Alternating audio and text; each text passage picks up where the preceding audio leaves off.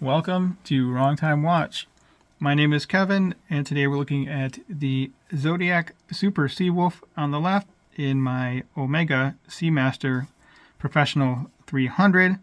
The Zodiac is on loan from Saltzman's Watches, so if you could go check out their website and their Instagram account, I would appreciate it.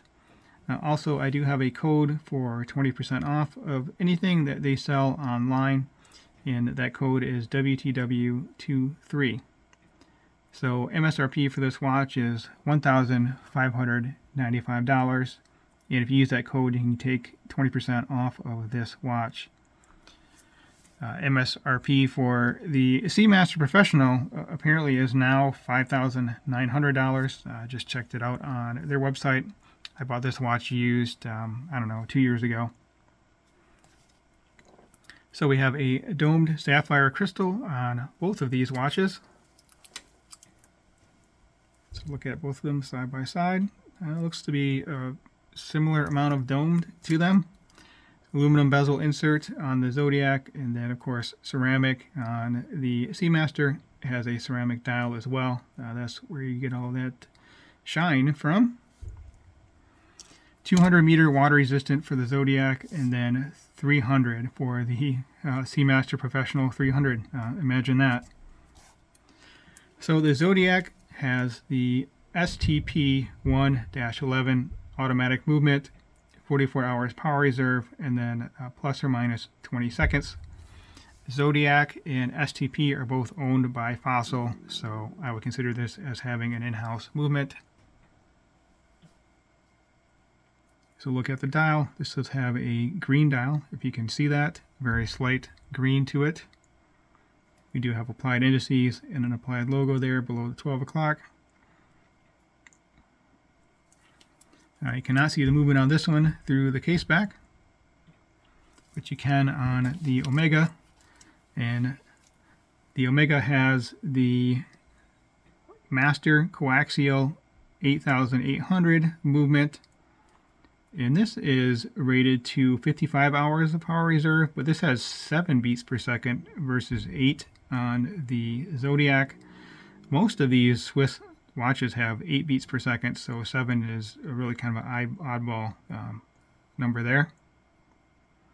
And this is COSC certified, so that's -4 plus 6 for the accuracy, which is great for an automatic movement. -4 plus 6. And you can see this movement through the case back, so I do appreciate that. It does have some nice finishing to it. So I do like that more than my Submariner that you can't see the movement on, but you can on this, so very cool. I appreciate seeing the mechanical movements through case backs.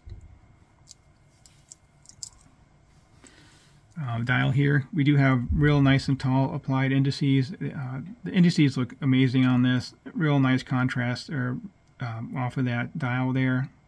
I don't really care for that laser engraved pattern on the dial, but it does break it up a bit, because otherwise this thing would just be all one shiny surface. That's a ceramic. If you can see there, it says ZR02, I believe, right below the hand stack. That means ceramic. And there on the dial you see a coaxial master chronometer, 300 meter water resistant, and then we do have the date at 6 o'clock. The Zodiac does not have a date, which I appreciate. I like not having a date. The handset on these, I never really care for the handset. It's not as easy for me to pick up, but you have the hour hand there, and then the minute hand over there at 15. You have this scalloped bezel insert, which is it's not easy to turn. Which I never understood why they have this scalloped bezel insert, I guess just for looks, but it's not that easy to use. And the Zodiac, nice and grippy here. Oh yeah, I mean it's night and day difference. I mean, it's not even close to how easy this one is to turn compared to the other one. And the bezel action is pretty decent on this. So let's talk about the dimensions. 46.4 lug to lug, 39 millimeter bezel diameter, 12.7 thick, 20mm lug width, and it does taper down nicely to 16.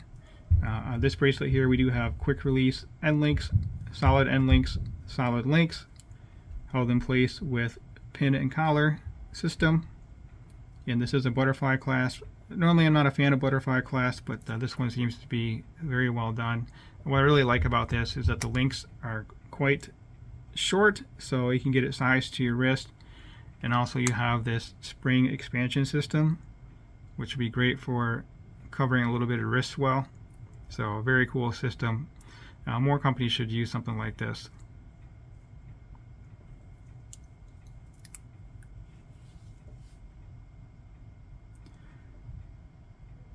And then we have a 6.5mm crown, signed screw down crown, weighs in at 129 grams, so nice and lightweight. And that's with all the links too. It will obviously weigh less once sized to my wrist or your wrist, unless you have a very large wrist. I mean, it probably takes, I don't know, 8-9 inch wrist for all these links. Don't really know for sure. I have a 6.5 inch wrist. So the Seamaster, you do have solid end links, solid links. These are female links, so it does waterfall down very quickly, so it'll work on my wrist quite well.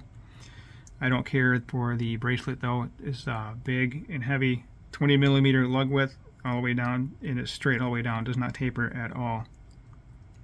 But we do have, let's see, how many links do we have here? I guess that's 5. Or if you want to count those, there's even more than that. Do have half links, and this is an interesting system, which I actually I think this is my preferred system, where you have little screws on both sides, and there's a pin going between there. So you need to remove screws from both sides; they're independent, and there's a solid pin in the middle that you can just push out. So not a bad system. And these screws are fairly big. I had a similar system on a Grand Seiko with smaller screws, but anyway, you want to be careful with these not to lose them. And we do have 2 half links, which I have installed. A very heavy clasp too, a big machine clasp, and this does have dive extension. I mean, it is a dive watch. I don't ever really need a dive extension, but anyway, it's there. And then we do have a push on the fly system for increasing the length of the bracelet. So a nice system there as well. And then dual pushers. So overall, it's a nice bracelet. It's just very big and heavy.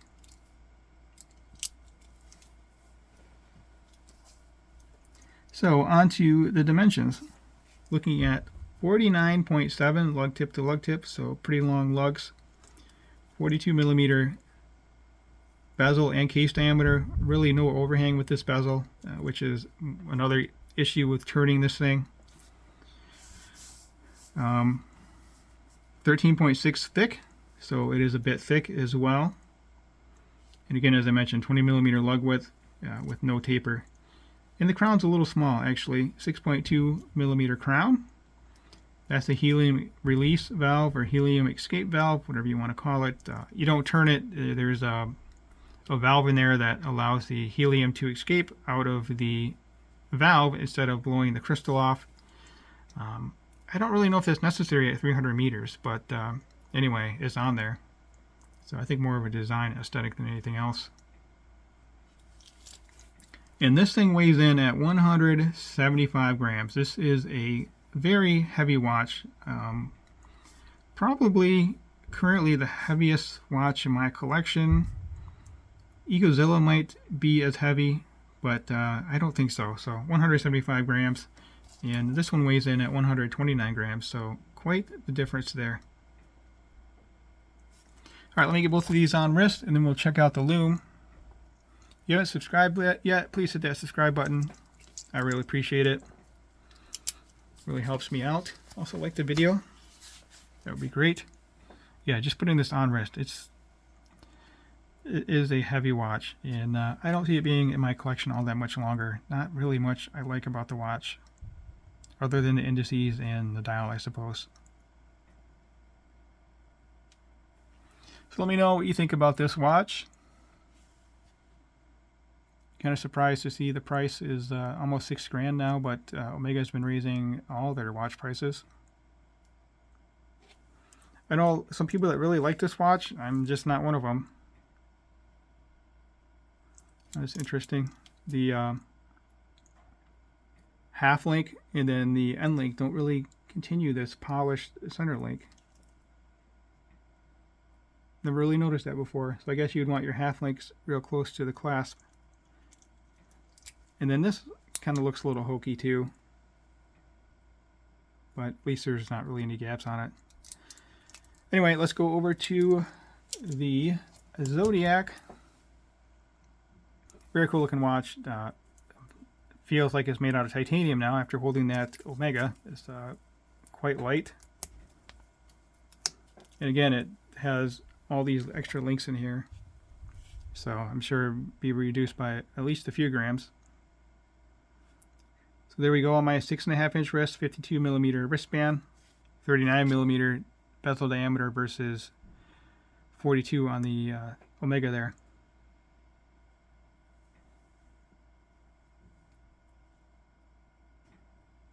All right, let's check out the lume. Okay, we have the Omega on the right and Zodiac on the left. Man, the dial on the Zodiac almost looks bigger than the dial on the Omega. I'm assuming it's because the indices are farther out.